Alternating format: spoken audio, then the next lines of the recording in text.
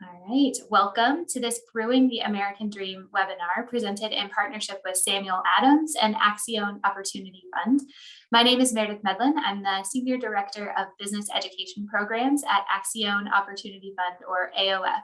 AOF is a national nonprofit organization committed to providing affordable capital and business educational resources and networking opportunities to entrepreneurs all across the country.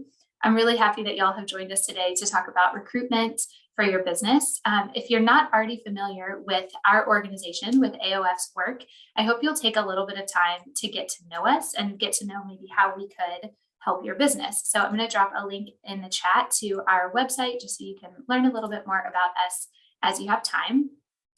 Our team at AOF is so grateful for our partnership with Samuel Adams. We are national food and beverage partners together, and Sam Adams has such an admirable commitment to small business as well. As many of you probably know, since 2008, our organizations have partnered on this Brewing the American Dream program with the singular focus of supporting food and beverage business owners with capital, coaching, access to networks, promotional opportunities, all kinds of things. This national philanthropic effort has provided more than $74 million in loan capital, as well as best-in-class business coaching and all sorts of other resources to more than 12,000 small business owners. So I'm sure, as you can tell, this webinar is just one of countless examples of Sam Adams' unwavering commitment to small food and beverage entrepreneurs. We're so glad to be partnered in this way and to be welcoming you to the BTAD family for joining today's discussion.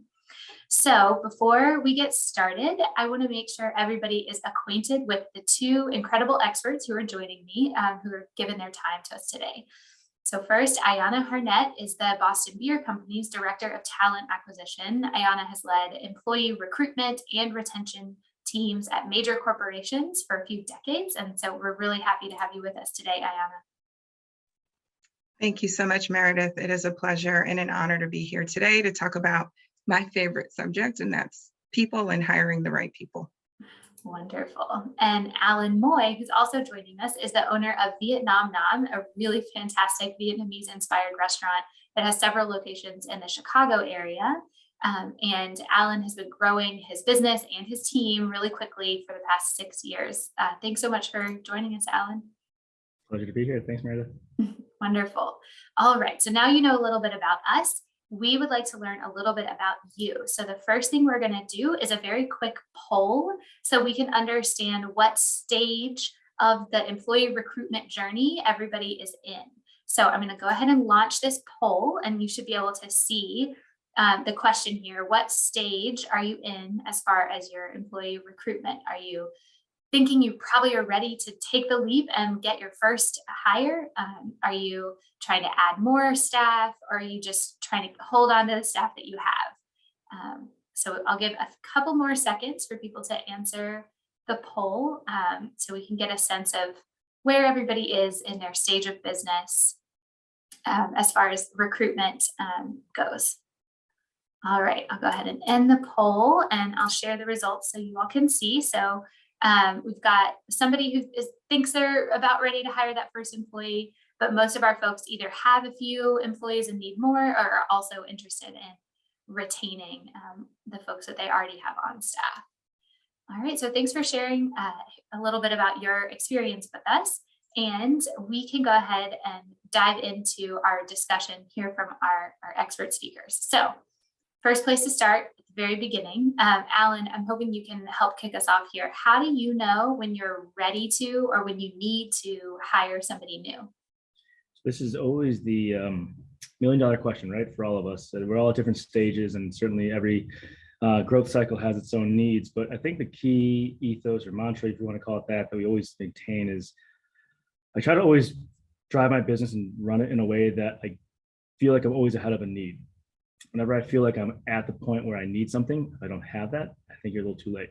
So I think that the key, whether you're a complete new startup and that person who wants to just hire the first person, or you're ready to grow the next 10, 20 people in your business, I think the key is trying to always chart out your needs ahead of time, right? It goes without saying. So for the most part, I try to keep my pipelines and kind of organized thoughts around when I need different personnel. So right now, for example, I have my multiple locations. My next level of growth is going to include anything from licensing agreements to anything from a potential couple new campuses. So those are two very different thoughts, but I try to build my needs ahead and to kind of articulate that to myself and any of my leaders so that we can kind of anticipate well ahead. So to answer the question more in fine tune, I think the way you need it, it should be defined months in advance, right? And so each time as you get to a stage, you're preparing that hiring wave ahead of that need. I know it's easier said than done, but I think truly if you sort of articulate your models and what your needs are well ahead, it shouldn't feel like a need in the moment. And I think that's sort of the bellwether that I try to keep with our business. So I think that to me is part of it. And I think the other part, just in a shorter fashion, is all of us, I think, on this webinar have been masters of our own craft. Any business owners most likely have been forward and backwards involved in their business. And I think articulating what you do is also critical, and putting that on paper and charting out responsibilities, because the way to also figure out what you need to hire for instead of doing yourself is figuring out the type of responsibilities and tasks that are critical for you to still do and the ones that you need to be able to offload. And again, easier said than done. I think if you start to figure that out within your own division of labor personally, that'll help create the sort of proxy for what is needed and therefore when to hire. Because as you grow from the trenches of your business, whatever that might be, for me in my kitchen, to the sales aspect or the growth of the business, being able to articulate what specific tasks you now need to fulfill beyond yourself is a great way to figure out, either, again, way out in advance or somewhat in advance, the sort of needs that you're trying to hire for. That's a good way to start, especially for an entrepreneur. Yeah, that is such a great idea. Thank you, Alan. All right, so once people have figured out and kind of established that they definitely need somebody new or maybe need a couple more people, Ayana, how do you think about attracting the very best candidates right from the start? Yeah, it's a really good question. And I'll pick up actually where Alan left off, talking about being clear about responsibilities and what it is that you really need someone to do. I often work with leaders to talk about what specifically is it that you need, not always what you want, because sometimes, we think about those things in tandem, but most important is what specifically do you need? And then think about what makes you unique, what makes you different, what makes your business stand out, because that will also help you determine what kind of person is going to fit within your organization. And I also like to remind leaders and business owners to think about what would make somebody successful in that role. So once you've identified, the key components that you need them to do, what's going to help them be successful? Because that sets the tone for a lot of things that we're going to talk about today around how you keep and maintain and retain your employees. But I would say those areas of what's my culture, what makes me special, what makes it unique, what's going to be attractive to someone without overselling. But the key here is being honest. I often find that sometimes people want to fluff things a little bit, but be authentic to who you are and don't waver from that because somebody might call it to question. Just always be rooted in who you are. The right people will come. And they'll come because of what you're putting out there. That's such good advice. I think that makes a ton of sense because you want to attract the best folks, but you want them to know what they're getting into, right? And so that's how it's going to work. Great. Yeah. Great. Well, that kind of leads to our next question. Alan, I know that you have hired a number of business owners, as a business owner, you've hired a number of people from your community. How do you find those outstanding candidates or those really great fits within the community that make sense for your company culture? And how do you think about integrating your culture into that hiring process? So, these are great questions because it's, as a business owner and in the entrepreneurial space, like your business is you and your business, and you are your business, right? And like Ayana said, you have to be true to yourself. So I think naturally inserting yourself full blown in that process, especially in the beginning, is so critical. At the end of the day, you are your face of your business. So being able to make sure that you set the tone and you're fully involved is obviously very critical. I think the thing that goes beyond myself, though, of course, is that I'm only one person. And for me, My partnerships with like Accion, for example, Allies for Community Business now, the Opportunity Fund and Sam Adams, these are all extensions of me. So this is a great extension of what I can't otherwise cover all the time. I have a number of member partners that I work with as extensions of myself. So I don't have an HR department. I don't have even a chief people officer yet, right? So the idea is I try to find really good partners that ultimately reflect my values and the sort of things that I believe in most, right? And we can get into that throughout this seminar. But I think for me, as I think about those proxies for myself, that starts to identify areas within the community that arguably I would never have touched before, or I would never have thought of, or I don't have the same strong relationships. So that in the proverbial theme of having warm handoffs, I really believe in creating extensions of yourself because you've developed those relationships inherently and implicitly off the bat. So I think that's really key. And then I think it's figuring out sort of, what are your non-negotiables, right? And for me, it's very clear in the recruiting process. Just today, when I had 2 phone calls or phone interviews first, and my dynamics have changed in terms of even year to year when I get involved in the process and who I'm talking to and how we're doing it. But the thing that really stays true is I always talk about the type of person that I want. And I really articulate that very clearly because I have nothing to hide. At the end of the day, if I hire this person in the best case scenario, they're going to work for me. They're going to see everything. So I tend to often talk about growth. I talk about change. I talk about things that are live in front of us. So whether I have seasonality in my business, like I'm sitting right now on Northwestern University's campus, and my businesses are very tied to Northwestern, and I'll talk about the upcoming spring break and the summer break, and all these things arguably are going to probably feel very atypical to a lot of the candidates I speak with, but that's the whole goal. I don't want to be typical. I want to be unique in our own right and forthright as well while doing that. And so inserting yourself and being able to identify like very, very true details of your business are so critical, and just making sure that you address either cliches or the opposites of your business, and that's something that's so critical. So that's how I think you create that cultural tone off the bat, and I think it speaks for itself as you have that dialogue, and it's pretty obvious once you figure out that candidate whether or not they really vibe with that sort of cultural tone that you're starting.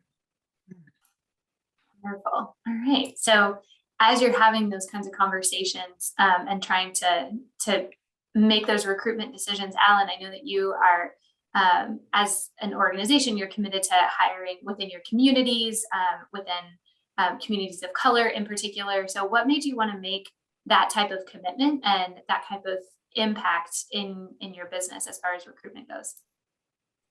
So starting kind of with that theme that Ayana teed up, and then what I shared a little bit earlier, is that you got to figure out what your pillars are, right? So when I say company pillars, there's no doubt that those company pillars of mine tie from my own personal pillars.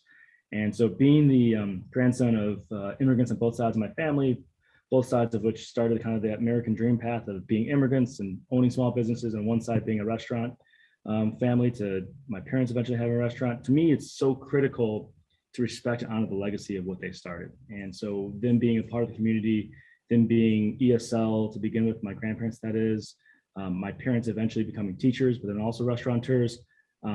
I was easily able to identify what mattered most to me in terms of how I wanted to use my business effectively. And so there are 2 company pillars that we seek out every day: is to address food insecurity, which seems very obvious because it is. We're in food, and we want to be able to use food waste properly and do things with our skill sets in our hand and our recipes to feed the community. But on the people side too, it's also about fulfilling, I think, an innate feeling for me, which is academia and mentorship and cultivating pathways for youths. So I'm in an environment in Evanston that's a very binary in some different respects community. You have very, very affluent and very, very low income type folks in this community, and it's really interesting of a dynamic because there's so many bifurcated resources and disjointedness between opportunities for folks. And so between my own personal passions and the opportunities all around us, it's always been very critical to also focus on career pathways for young professionals, especially for minority demographics. And that's defined in multiple different ways. But for us, that found itself to be a critical pipeline for us always with hiring. When we first started our first prep kitchens, we worked with some different groups that worked with risks that are at youth, or youth rather, that came from, schooling and high school programs in the area, but had no career pathways after college. And so our first 5 prep cooks were hired from a place called Crit's Cafe. We worked with some wonderful organizations like the Youth Job Center. I sit on an advisory council that works with career pathway development. And so those to me naturally just speak to where I've come from, what I believe, and I believe that it always comes through naturally and organically when I work with these partners, because they are my passions. And at the end of the day, too, there's a full circle, because especially in this labor market and in general, we've developed pipelines so that even when I'm not thinking of it, or if I haven't gotten ahead of those needs, I have some pretty quick speed dial contacts and resources to be able to help fill some of those gaps. And those types of programs, both internships, job shadow, as well as full-time hiring, have been so critical to us when we want to test a new model, or we changed our business model 35 times in the last 2 years. So that's why I think those personal passions matter, because they tend to be the things that you can rely on most when things get toughest.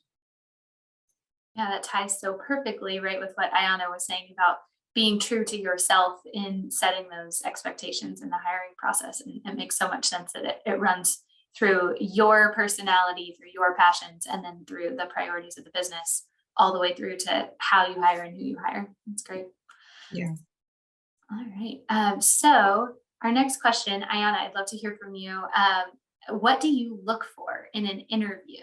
Are there red flags? Are there things that you're always looking for that'll determine somebody's a great fit? How do you kind of make those assessments during those conversations? Yeah, so I do, before I answer that question, because I want to piggyback on something that Alan said. So Sure, yeah. I could tell just by watching and listening to him, the passion around diversity and around ensuring that everyone has an equitable opportunity to earn a fair wage and living for themselves and their families.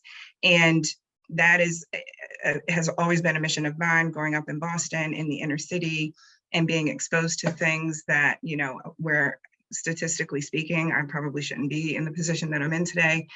So I am really thankful for people who took the chance to look at an inner city young Black girl and say she could be something great.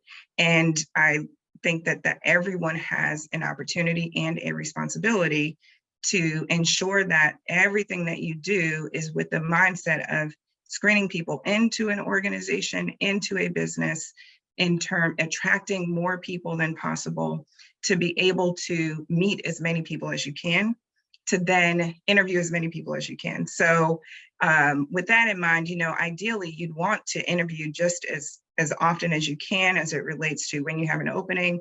But to Alan's point, your network should always be working for you. People lead to people. You should always be willing to talk to somebody new, because you never know when you need someone. And sometimes it's easier to just make the phone call and say, I got a spot. We met 6 months ago. Are you ready and willing to come work for me? That's the easiest, is the easiest call to be able to make, and the fastest hire you'll ever make. When it comes to sitting down and actually interviewing people, the first thing that's a great sign is that they actually show up, which I know may be really crazy to hear right now, but there is this thing called ghosting that candidates do when they just don't show up for interviews, even though you've confirmed and they have said that they're interested. It happens. So the first good sign is actually having somebody to speak to. The second thing is, I look at presentation, not professional attire or somebody in a suit, but does somebody present themselves in a way that is aligned with what it is that you're looking for? So if you care about food safety, are they neat? They may not have the best clothing, and that's not what I'm talking about. I'm talking about, did they take the time to present themselves in a way that shows you how they care about themselves and how they present themselves? If they're going to be public facing, same thing. So some of that really speaks more to what it is that you're looking for, but think about those things ahead of meeting with somebody. Did they do their research? Do they know who you are? Do they know what you do? And if they don't, that's okay. Are they asking you questions? One of the things that I really enjoy is getting asked questions from people in their process of understanding a job, because the interview goes both ways. So I might want to pepper somebody with questions and learn all about their background, but more importantly to me is that they ask us questions to be able to understand who we are, what we're doing, why we're doing it, and if that's going to be the right decision for them. So I don't like when candidates don't have questions. It's one of my biggest pet peeves, and I've been in this space for over 20 years. And I'm always amazed when people come to an interview and don't have a single question to ask. A couple of other things. Did they answer your questions? Do you know what you were listening for? So when we ask questions, we should always be thinking about, what do I want to hear? And did they check some of the boxes of things that I would like to hear in that response? Do they have eye contact? Do they look at you when they speak to you, or are they looking around? Are they distracted by cell phone or whatever else might be going on? Distractions don't always mean negative, because some people do have a hard time focusing. That doesn't mean they won't be a good employee, but it's something to pay attention to as to what it specifically might be causing them to not be able to look at you and speak to you directly. The last thing I'll say is, I like to hear or think somebody has some level of energy or passion about what they're talking to you about. So it might also show up in different ways, but you can pretty much tell when somebody is like, yes, this is what I want to do, versus I guess I just want a job, right? So that's the last component for me that I always either coach leaders on, or new organizations. I would also say, considering that most of you are still smaller, you have an ability to move really quickly that other companies don't, and take advantage of that. Just being able to move through a process and conversation and just really engage. Can you have a conversation and engage in a true dialogue with someone? That's going to be really important too. That's great. Those are such great tips. I feel like it's great though. I feel like we need to write Ayana's checklist for interviews with all of those points. That's perfect. So to kind of build on those pieces that you were just speaking about, are there some important factors that you could share that kind of seal the deal? I think maybe the energy and passion thing might be one of them, but what takes, in your mind, a candidate from, oh, I think I want to hire that person, to this person needs to start as soon as possible? Like, how do we get somebody across that finish line? I always say, trust your gut. Like, I think what happens a lot of times is we get in our own head about, oh, we overanalyze things. If you've done the diligence that Alan spoke about earlier, being prepared, understanding what you're looking for, knowing what specifically you want, if it shows up, then make the decision. Be prepared to offer somebody a job on the spot. Be prepared for that. Do that homework ahead of time. Do you know what you want to pay? Do you know what it takes to bring them on board? Because in this hyper competitive market, it is going to be hard to get them to come back. And if they're the right person, and only you know, I can't tell you that it's the right person. It is not my job as a talent acquisition leader or partner to tell somebody who to hire. But I always ask the question, is this somebody you want on your team? And if the answer is yes, then let's go. Let's go. Let's just do it. And it's going to work out or it's not. And if you don't make a decision, you never know either way. So that for me is important. But also, do you know what they want? This comes back to having the right dialogue and asking the right questions. And you hope that somebody is honest with you and they're giving you the true version of themselves that you need to see. And if you are able to build a really good rapport, then it is going to be pretty easy to close the deal. But make sure you know what it is it's going to take for them to say yes to you, if they are in fact who you want. That's really smart to think through that ahead of time, because you're right. Things are so competitive right now. Being ready to move, I think, is probably the thing that sets you apart from another potential employer, I would imagine. Yeah, no red tape means you move fast. Yeah, for sure. Great. All right. So now I want to ask you both the same question. I'd love to hear from both of you on this, because you each have such an impactful but unique perspective on this.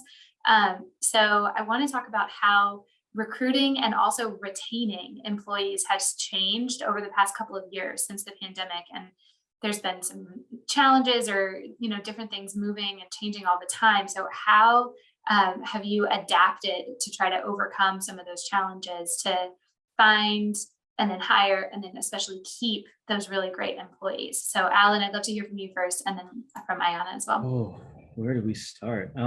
Look, I think most of us are experiencing so many shared things. So I'm not here to repeat just things about how the wages have gone up and all the things I think we all know on multiple fronts. But I do think that this changes the game on our laser focus and just sort of even the fluid things that Ayana mentioned. It's like, I've never hired on the spot, really, to be honest, prior to the last couple of years, even right before the pandemic. But like, I think that's a difference in understanding and trusting your gut when you're in a different environment. So being prepared, you should be that laser focused. I think that's been a big change. I think that's just sort of the outside the box thinking you have to have these days.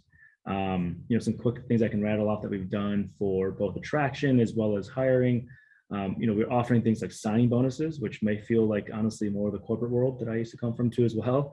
But that's also part of, I think, the elevated world that we're in. I really do believe in this. I think it's going to be for the better in some cases.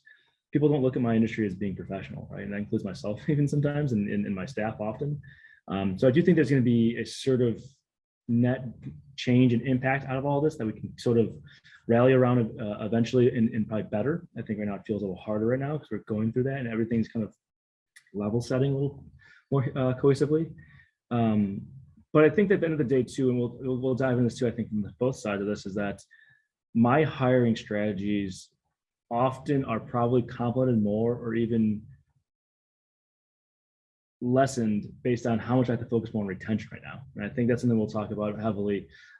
There's such a different pivot now on that front because as much as everything is about hiring right now, it's also about doing the things you can to retain to prevent some of the needs of hiring. And I cannot stress it enough. Like so much of my focus right now is like team, personnel, individual development. Talent development is like everything right now. And if that means internally, that's one of my biggest priorities. If it also means getting the systems ready so that when we hire people, that creates retention and all that fun, that's so critical. But at the same time, I think you can't lose sight of some of the things that should always be universal, pandemic or not, hot labor market or not. And I think that's something that goes back to some advice that I received from arguably one of the best chef restaurateurs in the city of Chicago. And I remember I asked this very early on. It was a very similar setting like this. We were in person back then, much more. But I'd asked the question about, how do I retain? This is really 5-6 years ago. How do I retain? What do I do to retain? And then we're about to tell you about some of those things. But I think even then, keeping in the back of your mind initially, but also at the forefront regularly, your job as a leader and employer isn't to also only retain. And I really want to emphasize that because I myself am a walking product of that, not having been in the food business forever. I was in a corporate setting in places that I never thought I'd be. And here I am in my most passionate world, but I received mentorship from people who got me here, regardless of whether I was there then. And I had asked rather early on about that, what do I do to retain? And that chef restaurateur told me in a more tongue-in-cheek way, you don't. And it was his way of shaking me, just making sure that I knew as a leader that my job wasn't just to only retain, it was to develop. And if the best situation comes about, that I do have someone that I can retain. I have had cooks that worked for me for 5 years, 2 years, and 4 years, all off the top of my head. Those are the most senior people in my business. And yes, that's a great story to celebrate, and it should be, but it's not all about those moments where I had people stick around with me. I walked into Whole Foods yesterday, which was as a neighbor of mine in one of my shops, and I walked by the seafood counter, and one of the manager of the seafood department was a guy that used to work for me as a supervisor. And he came at the convo on the fly in the funniest way. He looked at me and goes, "Alan, I've been meaning to stop by. I wanted to call you to apologize." I was like, what do you apologize for, Jonathan? And he literally told me straight, as serious can be, that he goes, for all the stuff that I did and all the things that I gave you a hard time about when I was under you. And I said to him, there's nothing to apologize about, but most importantly, that was such a meaningful experience, and it made me very weak in the knees kind of feeling in the moment, because here he was going through his development process and as a leader of Whole Foods' seafood department, which arguably is a juggernaut next door. And for him to have that self-realization, and I told him this, I don't always get that affirmation or that sort of feedback that it did work, because I also recognize that a lot of times people will never kind of see the light down the road. That's okay too. But I just say all this because it's such a meaningful opportunity to share with people that, like, you shouldn't always just think about keeping someone on forever. Just the same way that we've all come from different backgrounds and get to different places, you should never take that for granted about how you got to where your life took you. And it shouldn't be about us keeping them under Vietnam's umbrella. There are places for that, but not always. So anyway, I want to make sure I always emphasize this story more than ever and moving forward, because I just, it sits with me since 5-6 years ago when I asked that question myself to another successful restaurateur, and it comes full circle, even with the way that I've been privileged to be an employer and to be able to develop and have the opportunity to be in my position to take care of folks. So that's been a good full circle learning for me. I love that, Alan. That story is very touching because not only did you have an impact on somebody, but they felt it and they were able to articulate it to you, which is probably one of the best feelings you could ever have. And I used to be an accountant, so I wasn't always in talent acquisition either. And so some people had to do the same thing for me, but an association that I was partnered with has a motto that's lifting as we climb. And you always need to be able to lift other people with you. And honestly, that is also one of the best ways to recruit. If your reputation precedes you as someone who's willing to develop others, regardless of the fact that they're going to leave, because it is inevitable, turnover is going to happen one way or another. Nobody stays in a job forever. Then you should always be looking to pour into the people that do decide to come and work for you. And one of the key components with recruiting is always being able and ready to tell your story to whomever needs to hear it for any and all purposes, because you just don't know who it's going to end up touching.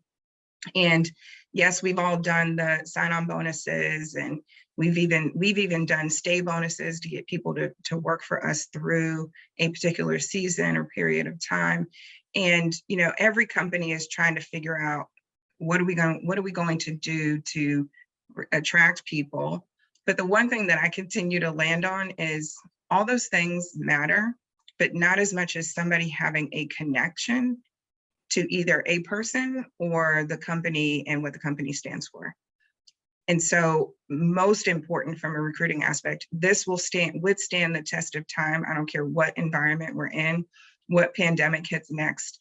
The connection to people is always going to be your best recruiting strategy, hands down. If people know you and they know who you are and what you represent, and they know your company and what your company is and what it represents, then you will always have people who are willing or want to learn more.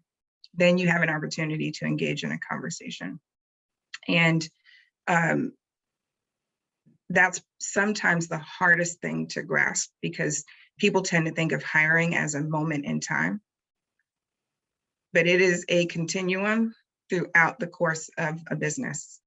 It needs to be part of what you think about all the time. And hiring lends itself to retention, lends itself to the cycle of hiring again, because like I said, nobody stays forever. So I'd love to, if it's time, if we can jump into retention strategies, I think that would be great. And, part of what I think is important is to remember that people want to be treated like human beings first, whether it's the process of recruit. So we use a lot of technology and automation in our company to help us manage the number of applicants that we have coming in because of the number of jobs that we're recruiting for. But it is still really important for me that that person feels like they're connecting with a person.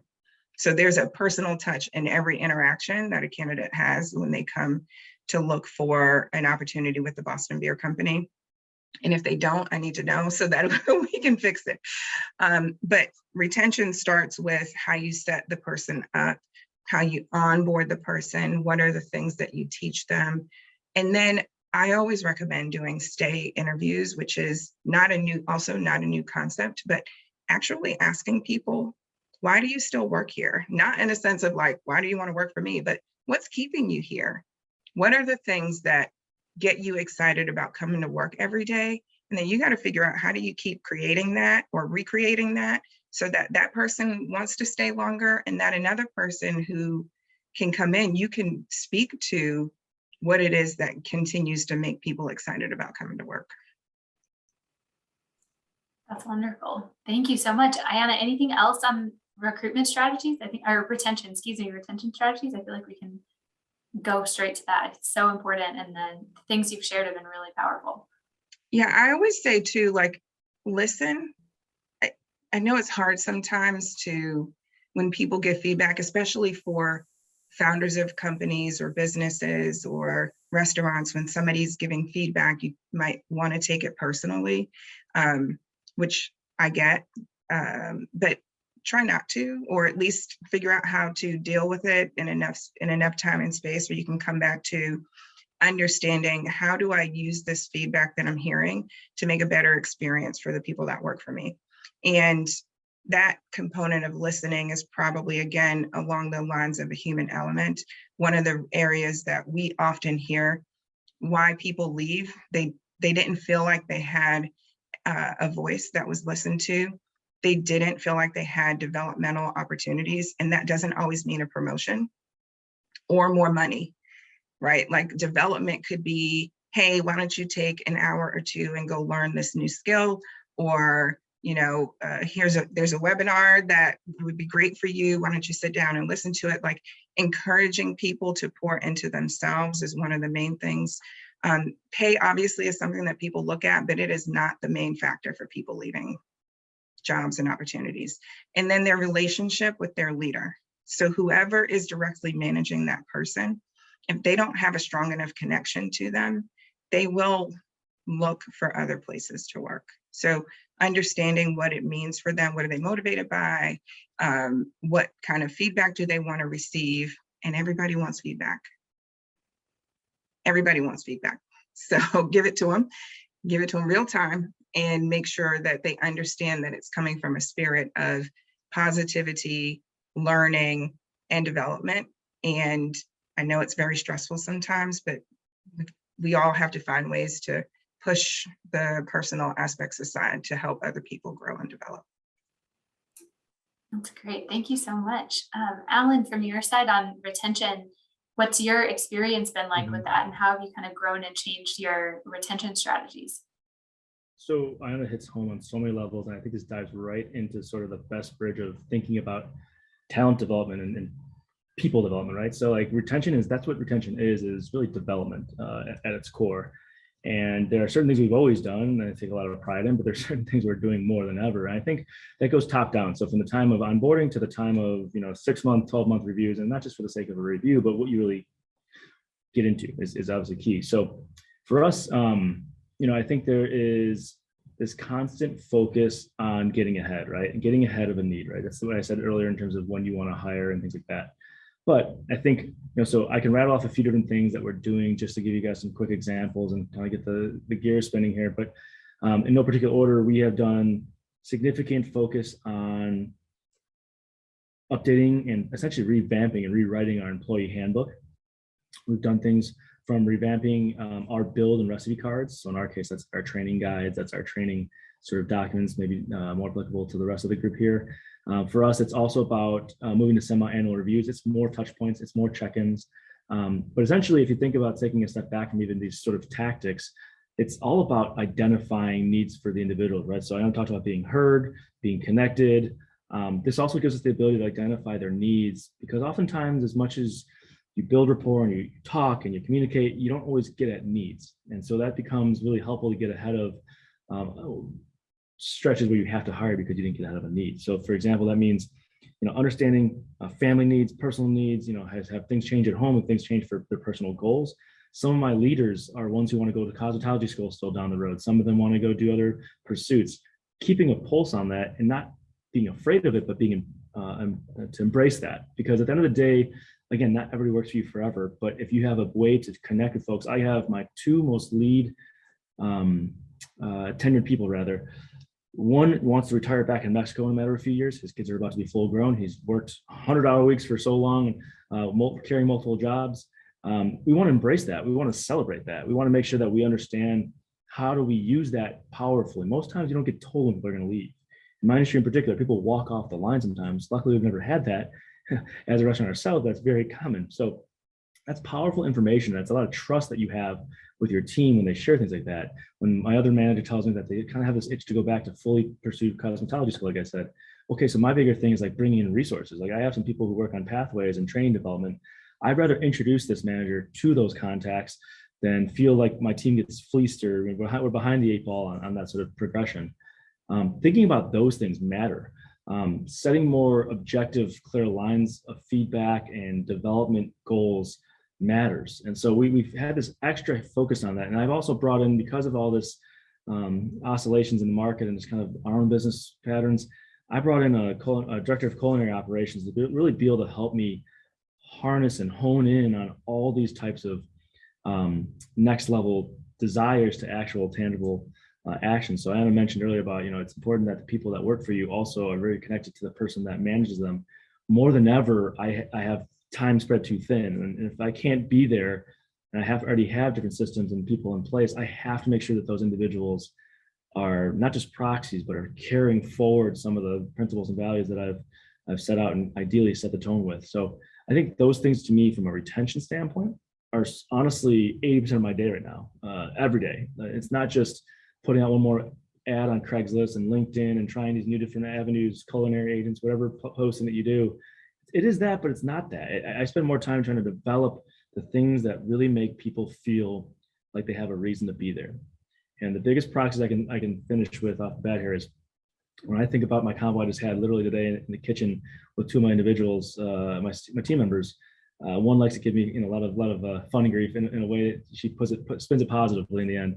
And her version of telling me this today was like, she said, Alan, I told you when I interviewed you two years ago, I didn't want to do any customer service. I didn't want to talk to customers. And look at you, now you have me talking, answering the phones, and I'm running the register. And she called it, you snuck that one by me. And then another team member kind of heard that. He goes, yeah, he's doing the same thing to me too. He's about to have me do that stuff. But that sort of fun that we had with that topic was a learning lesson for them that they're experiencing. I then share with them, whether you're training your peers or the next person as you guys grow into leaders, you have to listen. Like Ayana said, you have to listen. Listening also comes in two different ways. Listening means that you take things at face value because they're near and dear to someone telling you what they want, what they need. The other half of it is, as a leader, you don't listen to them, but you listen to them. Meaning, I have people who tell me off the bat that because of their self-worth or their influences or the things around them, I'm in restaurants, so people correlate oftentimes that you're not smart in math. Math wasn't my forte, and so I can't do quarts and gallons and tablespoons. And I want to rid them of that noise, and I want to listen to them and where that's coming from, but not listen to them in a way that I let them just fall back to the status quo.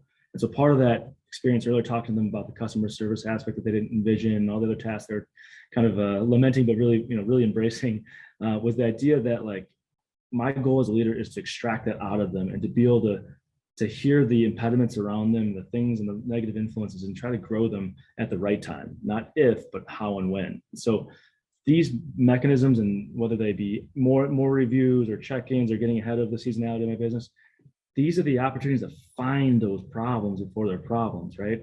And that's how you connect with your team, and that's how you embrace them and develop them and create the most unwavering loyalty you could possibly ever develop for your business. So these things are so critical and more critical. And I'm so far from being perfect and so human that I think I've lost moments where I didn't think about it as much because I have distractions.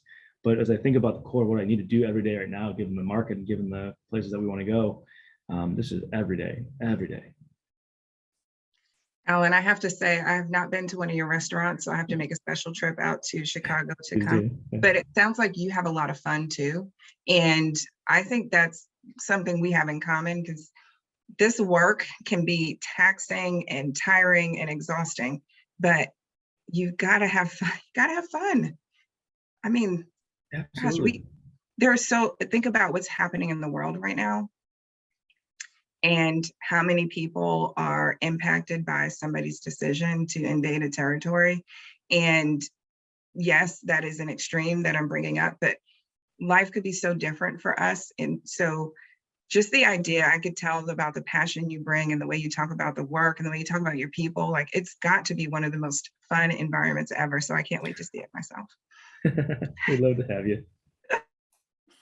Thanks. Yeah, that's such a good point too, bringing some levity or bringing some fun, even when the work is hard, that, there's so much to learn. There's so much to be grateful for, and kind of bringing that to bear in these conversations, I think, is so important. Wonderful. All right. Well, we've got a few minutes left here. I'd love to engage our audience with any questions that anyone has. So please feel free to pop some questions in the chat. If you have anything you'd like to ask Ayana and Alan, would welcome any questions. But as we let those come in, I've got a couple that we got ahead of time, things that we hear from business owners all the time who are handling these challenges around finding the right people, keeping the right people. So we'll get started with a couple of these, but please feel free to pop your questions in the chat as they come to you. So The first question that I have, I'd like to hear a little bit of a story from each of you, if you don't mind, about when you found the perfect person for the job and how you knew that they were going to be so great in the role. What were some of the signs? What were you kind of looking for? Ayana, you shared so many great best practices of kind of things to look for, but would love to hear kind of a story of a time that it worked out really well for you, and that you knew it was going to work and you were excited to make the hire. Yeah, I actually have had an opportunity to hire a lot of people for my, from a leadership standpoint. And one of the stories that stands out to me the most is I actually had to interview somebody when I was in a not so fun situation because I was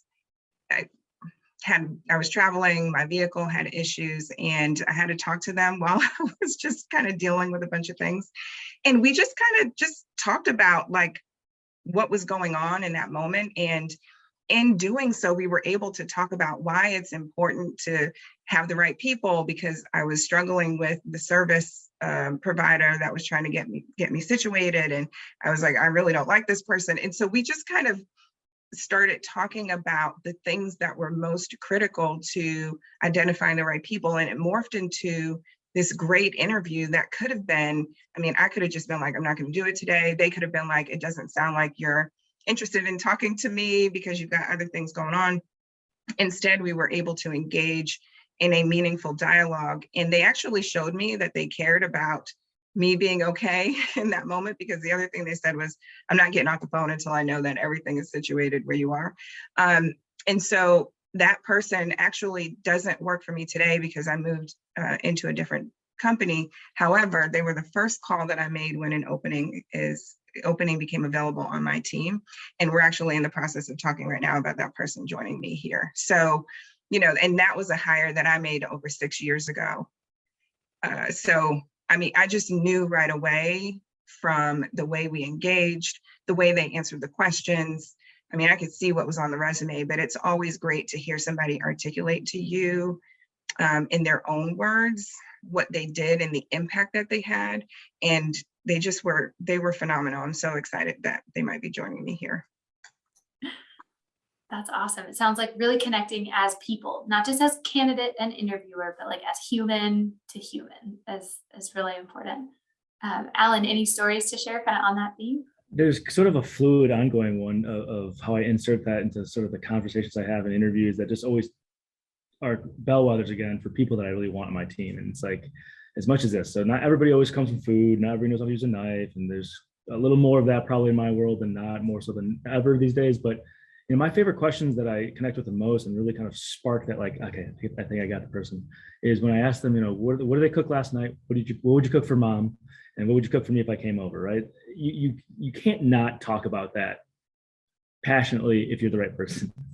If you fall flat in your face to that question, we're probably going to have a problem. I got too much energy.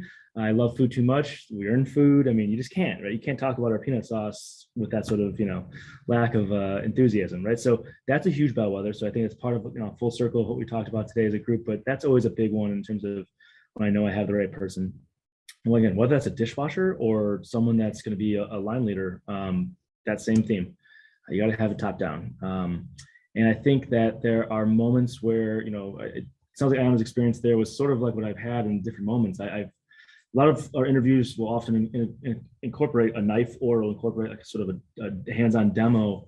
And the people who, one stands out in particular, people who say, kind of get out of the way, let me just do this, and they start jumping in. And in some cases, I actually had some interviews where one in particular during the pandemic, we were kind of short on prep, and they kind of saw that I was kind of air traffic controlling the rest of my team during the interview because I needed to have prep still go. They started like prepping beyond almost to actually contribute to the line needs. And the whole point of the interview is to figure out how they would act on the job, right? And they saw the need, they saw the prep list, they looked up at it, and they said, I can do this for you. And in the end, I respect the process of not doing some of the industry norms, which is not doing free stages. So at some point I told them, okay, thank you very much. If you're going to work for me, you're going to get paid. And it's also a way I can demonstrate to them like the real reality that I'll show them pretty soon, not being taken advantage of. But I'll end with one last anecdote that this means a lot to me right now in this current state, because of the position that I filled with that culinary director I mentioned earlier. Aaron in particular is just someone who I believe in. He's a person first He's always a person first. Everybody's always a person first. But like when I think about his best traits, I now describe when people ask, how's it going with Aaron, or how's it going in general? There's a moment that I take every time to say, he's just a good person, first of all. He is by de facto, and in some cases more from a reality now moving forward, the proxy for me at all times. He is the culinary operations director, right? So he's the guy who's going to be on the line. He is going to be training and harnessing and doing a lot of the things that I've done more hands-on, and I still want to do, but maybe can't get to. And he, during the interview process, regularly, when he asked questions, when he had voiced his needs, he was a human. He was vulnerable, he was honest, and that stuff pays off always. And so just knowing when I hired Aaron that I knew that I could trust this chef, right, to be the person that he is in front of my team, not just be a chef, that was so critical. And so the things that he always talked about were just being heard and being in a position of impact. And I was like, of course I have that. You will be nothing but heard and you will have nothing but impact. But I think about all those things and the reason why he even asked that and why he was getting to that. He's just got that it factor when it comes to being a person that I need, not just a chef. That's incredible. I'm so glad that you have him on your team as a coworker.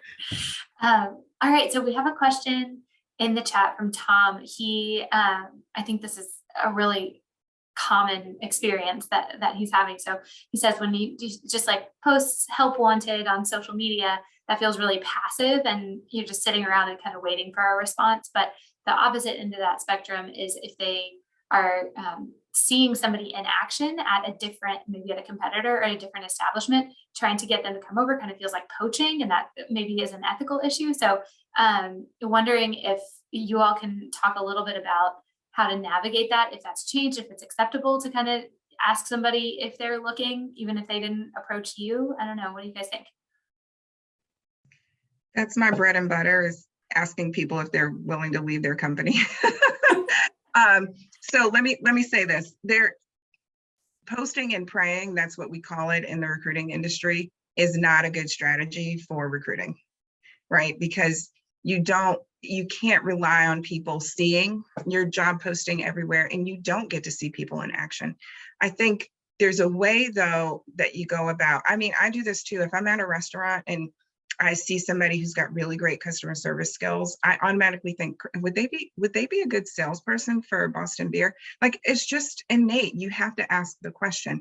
And it's okay to say, hey, I appreciate your service. Like you're great at these things. And if you are ever open to an opportunity, I'd love to talk to you about it. I don't think that's poaching. I think that is first complimenting the person on what they're doing and then opening a door. And if they want to maintain the door open, they'll let you know. Don't stalk them, because then that's creepy. But but it doesn't hurt to ask. And I think that's okay. If you have a relationship with that business owner, though, I think you do owe it to them to say, hey, I did, in just talking with someone in your company or at your establishment, it sounds like this might be a good thing. If you have a gentleman's agreement or some type, that's probably not politically correct. If you have an agreement of some sort where you want to respect each other in that way, then you should honor that. But I don't know. I don't think it's off limits. Alan, what do you say? I think you know when you know it when it's stepping over lines, right? Like I'm not walking into my neighbors' restaurants and asking their team members. I've had people though from neighbors' restaurants walk over into our restaurant, right? To answer this fairly easily, I still think it's about if you're the right person and the right leader for this individual, you're offering a path and an opportunity that's different. And if you can assess that there's a better opportunity for that person, and you can feel fully good about that, I know this is kind of getting a little cheesy, then you know it. And that to me doesn't, like, I mentioned the example of like, you can imagine my industry, every person that I order food from is someone who I think of as a candidate or not, because the ability to really take care of someone is so hard to find. And that doesn't end always actually just at, the line for Chipotle or McDonald's. This also is retail. This is something that's in the industry now. You have to be nimble to identify transferable skills. You wouldn't believe how many amazing Northwestern theater students I've converted to just wonderful, amazing customer service savants. They show well, they project, right? But I think the idea of poaching is not really a concern if you know true to heart that you're identifying opportunities for people. And I think it's about the positioning, right? Just even like the first part of the question asking about like the please, help wanted kind of thing. Right now we're in a very fortunate position where the way I position our help wanted sign is we're growing. Like that's sort of like the difference in positioning, not because I'm just here to wordsmith stuff to make myself feel better, but because it's telling a story and it's telling it accurately. So, if someone approaches you, or if you are able to approach them in a professional manner, and there's a true way to be accurate in how you can help them, I think it's helping people. It's the same litmus test on the flip side when candidates go out of their way to complain about other people or other managers or other companies. You kind of know something's off, right? So I think if you are yourself off in the way you're approaching a candidate, it's going to come off to them that way, and it's going to feel very obvious that it's not the right sort of poaching experience versus attracting. Yeah, I think that makes a lot of sense, and it's also very different to see something in someone, identify the opportunity or the particular really good fit or a new path for that individual. That's very different from going into a neighbor's shop and just like asking every single person if they blanket like that. Right. That's an extreme, but yeah, right. Finding the fit, assessing that. You might see some amazing customer service skills, but my goal is not just then go talk to that cashier after they got the shift or even during the shift and be like all about my job. I'm going to ask them then, first of all, what do they want? Like, are you working here as a part-time gig? Is this, what are you passionate about? And if all those things align, then it's very obvious to insert yourself to be like, so you say you wanted to do this. I see some great skills there. Insert X, Y, Z that you observed. And then it's trying to create a path forward of a conversation and a dialogue. You're not setting up shop and doing an interview in the middle of Starbucks just because you like that cashier. I think it's pretty obvious to be able to have, very human level conversations with people. Yeah, definitely. All right, so I'm looking at the clock and I think it's about time to wrap up. But before we go, just a couple of things. I want to make sure that I give some additional resources to everybody to kind of keep these conversations going, keep thinking about what you might need support with and apply what you've learned today. So if you are interested in having some one-on-one coaching time with some folks from Sam Adams who can help with these issues, a whole host of other small business issues as well. You can sign up for some one-on-one coaching with the link I just dropped in the chat. And you can also find numerous other small business resources at Brewing the American Dream's website. So I'll pop that into the chat for you as well. I know we could keep going for hours. I mean, this is such an important topic, and both of you, Ayana and Alan, I appreciate your time so much. Thank you so much for helping us think through these essential issues, the retention, the recruitment. It's really challenging always, but it's really challenging right now. So I really appreciate both of you sharing your insights and taking the time to speak with us today. All right. And I also want to thank everybody who joined us for, taking this few minutes to invest in the future of your business and the future of your staff by learning about them a bit. So, and learning how you can get the right people in. Appreciate everybody's time. Hope you feel more prepared to reach your hiring goals and your retention goals. So thanks for joining us, everybody. Have a great rest of your day.